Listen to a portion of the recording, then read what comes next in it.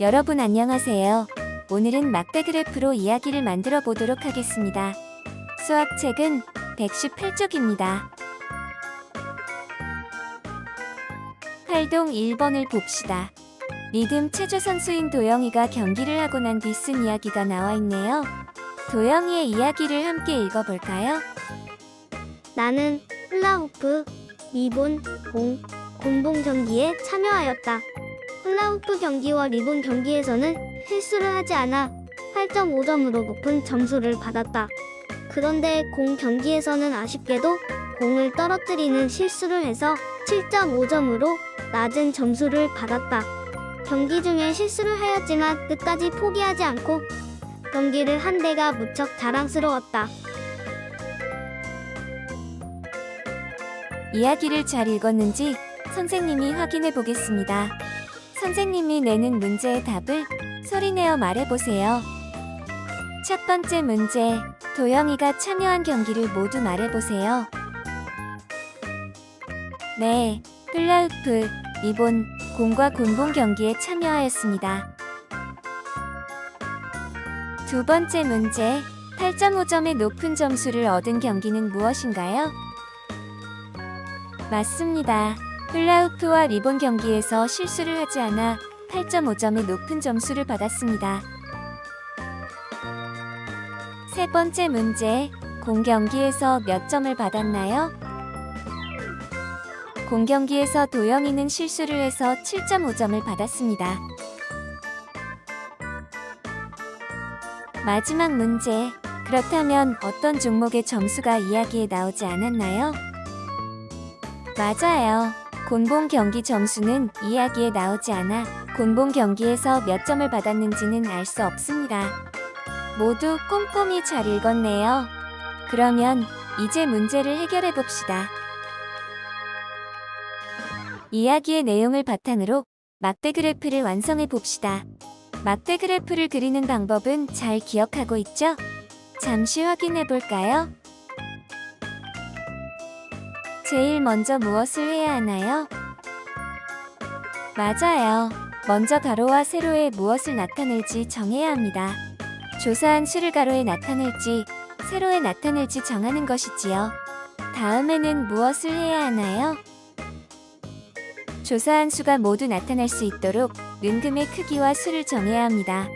그리고 조사한 수에 맞게 막대를 그려야겠죠? 마지막으로 무엇을 해야 할까요?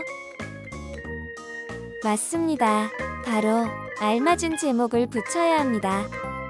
다들 잘 기억하고 있네요. 그러면 다시 활동 1번으로 돌아갑시다.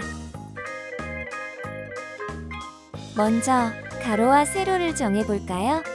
이미 막대가 세로로 그려져 있으니 점수를 세로에 나타내야겠네요. 점수의 단위도 빼먹지 말고 적어봅시다. 그러면 가로에는 무엇을 적어야 할까요? 네, 종목을 적도록 합니다.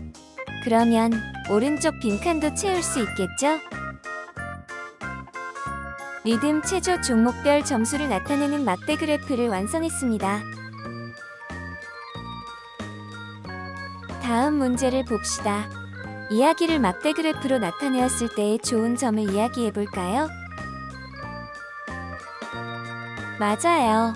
이야기를 막대 그래프로 나타내면 어떤 종목의 점수를 가장 많이 받았는지 한눈에 확인할 수 있습니다. 또는 어떤 종목의 점수를 가장 적게 받았는지 한눈에 알 수 있지요. 이야기로 읽는 것과는 달리 막대의 길이 비교는 쉽게 할 수 있기 때문입니다. 이제 119쪽의 활동 2번을 보도록 합니다. 수일인의 모둠의 체육 활동 기록을 나타낸 막대 그래프가 있네요.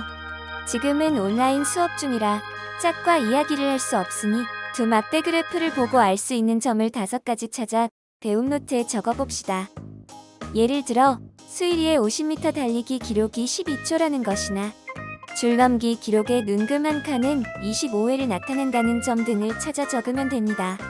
배움 노트에 5가지를 찾아 적은 후 영상을 마저 보도록 합니다.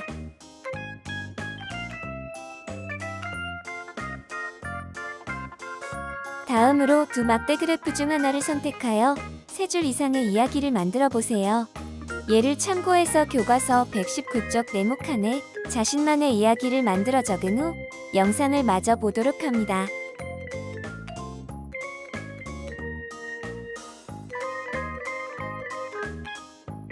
막대 그래프를 보고 이야기를 잘 적어보았나요? 그러면 이제 활동 3번을 봅시다. 활동 3번 문제를 큰 소리로 읽어봅시다. 실생활에서 막대 그래프를 이용한 경우를 찾고 막대 그래프에서 알 수 있는 내용을 이야기해보는 활동이네요. 먼저 막대 그래프를 찾아볼까요? 신문, 뉴스, 광고지, 인터넷 등에서 막대 그래프를 찾아 배움 노트에 붙이고 두 문제를 배움 노트에 해결하세요. 인쇄가 되지 않으면 직접 그려도 좋습니다. 막대 그래프를 찾는 것이 너무 어려운 친구들은 영상을 멈추지 말고 계속 보도록 합니다. 막대 그래프를 찾아 문제를 해결했나요? 참 잘했습니다. 지금부터는 선생님이 찾은 막대 그래프를 보며 선생님과 함께 문제를 해결해 볼게요. 막대 그래프를 찾기가 어려웠던 친구들은 선생님이 지금부터 보여줄 그래프를 배움 노트에 따라 그리고 문제를 해결해 보도록 합니다. 선생님이 찾은 막대 그래프는 바로 이것입니다. 무엇을 조사한 막대 그래프인가요? 네, 날짜별 우리나라 코로나19 확진자 수를 조사한 막대 그래프입니다. 그러면 이 막대 그래프에서 알 수 있는 내용은 무엇인지 살펴볼까요? 먼저 막대 그래프의 세로 눈금을 살펴봅시다. 세로 눈금 한 칸은 몇 명을 나타내나요? 맞아요. 세로 눈금 한 칸은 2명을 나타내고 있습니다. 다음, 언제 확진자 수가 가장 많았나요? 네, 막대의 길이가 가장 긴 날을 찾으면 되겠죠? 5월 2일에 확진자 수가 가장 많았네요.